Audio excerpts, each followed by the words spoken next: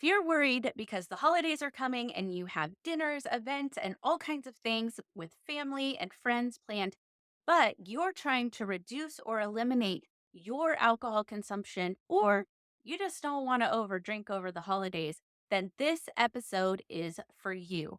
I am going to share with you 4 powerful planning tips that will help you get through all those social events and situations that might be causing you a little bit of anxiety. So, I know from experience that it can be difficult when you have to go into a social situation and you're not really prepared for what could happen. I naturally already plan for these situations, and you probably do too. You find out what the dress code is, you find out who's going to be there and what they're going to be serving. You might find out what they're going to have to drink and what sort of entertainment they'll have. I want you to take what you already do, what you already know, and plan for these events. Now, just go ahead and do this with the next event you have coming. Or if it's a situation that you find yourself in where you could easily overdrink and maybe not keep those commitments to yourself, then this 4 step method to powerful planning will help you so much. So, the first thing you want to do is to decide what your goal is. Are you going to drink 1 drink? Are you going to drink 2 drinks? When are you going to be drinking these? Are these going to be at the beginning of the night? Are you going to have one at the beginning and one at the end? Are you going to have one at the beginning and one with dinner? Are you going to have one with dinner and one at the end? I don't know. It's whatever you're deciding. Or maybe you're deciding you don't want to have any alcohol, and that's great too. That's another goal. So, whatever your goal is, where it's going to feel really peaceful for you to take it or leave it, then I suggest, first of all, setting that, writing that down, putting that intention down. And along with that, I want you to start visualizing the event. What do you anticipate are going to be your roadblocks or triggers that might come up for you? So I want you to write those down too. Is it going to be alcohol like right on the table? Is it going to be certain people that are there? Is it going to be maybe not knowing what to say when people ask you if you want to drink, or ask when you say no, not wanting to have to tell people about your goals, which is completely fine. Just planning in advance for that is going to be so helpful, because then you're not just going into it not knowing what's going to go on. So, first thing, set your goal. Second thing, this is all part of step 1, by the way. You're going to visualize what is going to be your trip ups, your triggers, your hang ups, and write those down. We're going to address those later. Write those down, and then the last thing in this first step is to think about how you want to feel at the end of the night, or how you want to feel the next morning. So write that down too. Do you want to be proud of your choices? Do you want to have more peace? Do you want to feel good the next morning? Whatever that is, write that down. So, step 1, you're going to set your goal, visualize the event, and figure out what your triggers might be. Decide how you want to feel at the end, what you want the result to be from the end of the night and all your hard work. Okay, now for step 2, I want you to think about what you are willing to do to keep that commitment to yourself. That could be, are you willing to bring your own drinks? Are you willing to, if you've decided just to have 1 or 2 glasses of wine, are you willing to then put that bottle of wine away where you won't have access to it, or it will be kind of out of sight, out of mind? Are you willing? And I know this hurts because every time I suggest it, people are like, oh, Christy, like, I can't even imagine that. But are you willing to drink what you've promised yourself you're going to drink, like, and stick to that? If that's 2 glasses of wine, are you willing to either give that bottle of wine away or pour it down the sink? I know that might have hurt your heart a little bit, but If you are really serious about your commitment to reducing or eliminating alcohol, then you will do whatever it takes to root that out, including wasting wine. So it may have to be done. It may not have to be done if you can give it away or put it somewhere else where you're not going to be tempted by it. So, what are you willing to do? That's what I want you to think about. Are you willing to be uncomfortable? Are you willing to have tough conversations? Are you willing to leave if things aren't going that great and you feel super tempted? Like at any moment, you could drink. Either you leave or you drink.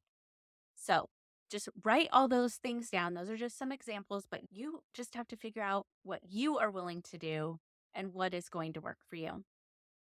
The third step is I want you to think about what you are not willing to do.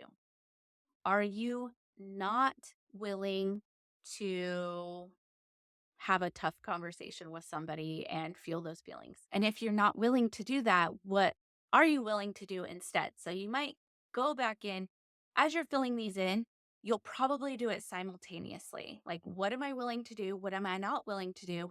And then as you think of what you're willing to do, it may spill over into what you're not willing to do. So, step one and step two very often just kind of are done at the same time. So just know that if you're doing that, it's totally okay. If you want to separate them, totally fine too. Then the last step is to have an exit strategy.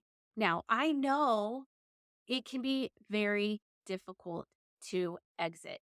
I actually was just doing some group coaching yesterday in my 30-day alcohol reset. And we talked about this exact topic. And the woman said, like, I could exit as far as like going for a walk. I could go outside. I could go and play with kids.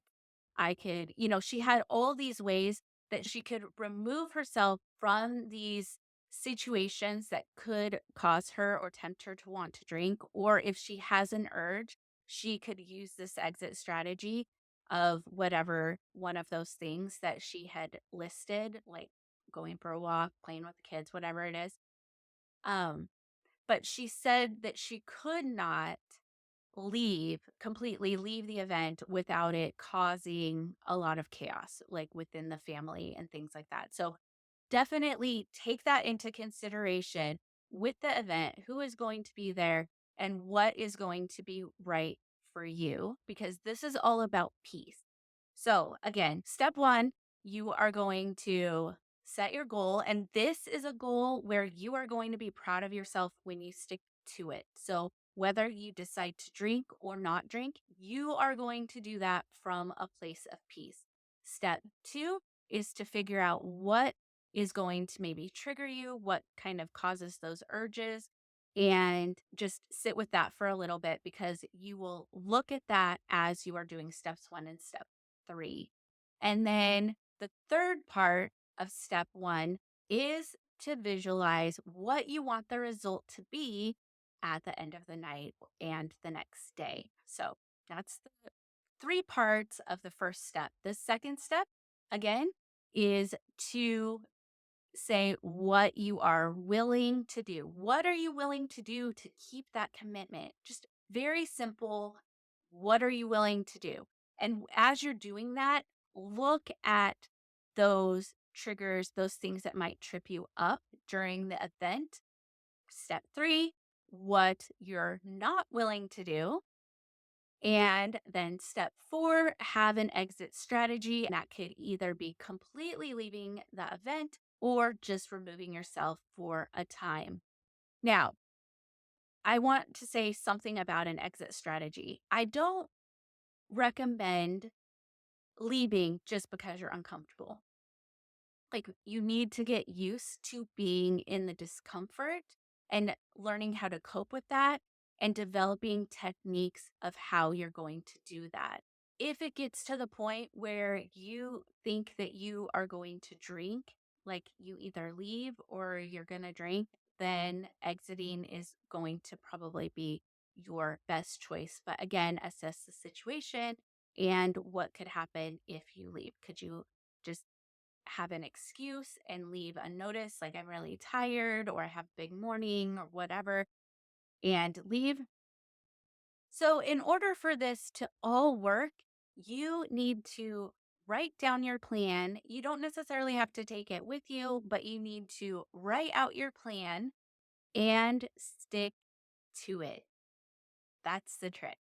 It's only as powerful as you allow it to be. Write it down, stick to it, and you will be able to keep those commitments to yourself. I hope that that is helpful for you. I would love to know when you do this. Just send me a message. Let me know. Did you plan? How did you plan? Did it work? How did you feel at the end of the evening? I can tell you that not once have I ever had anyone tell me that they regretted not drinking.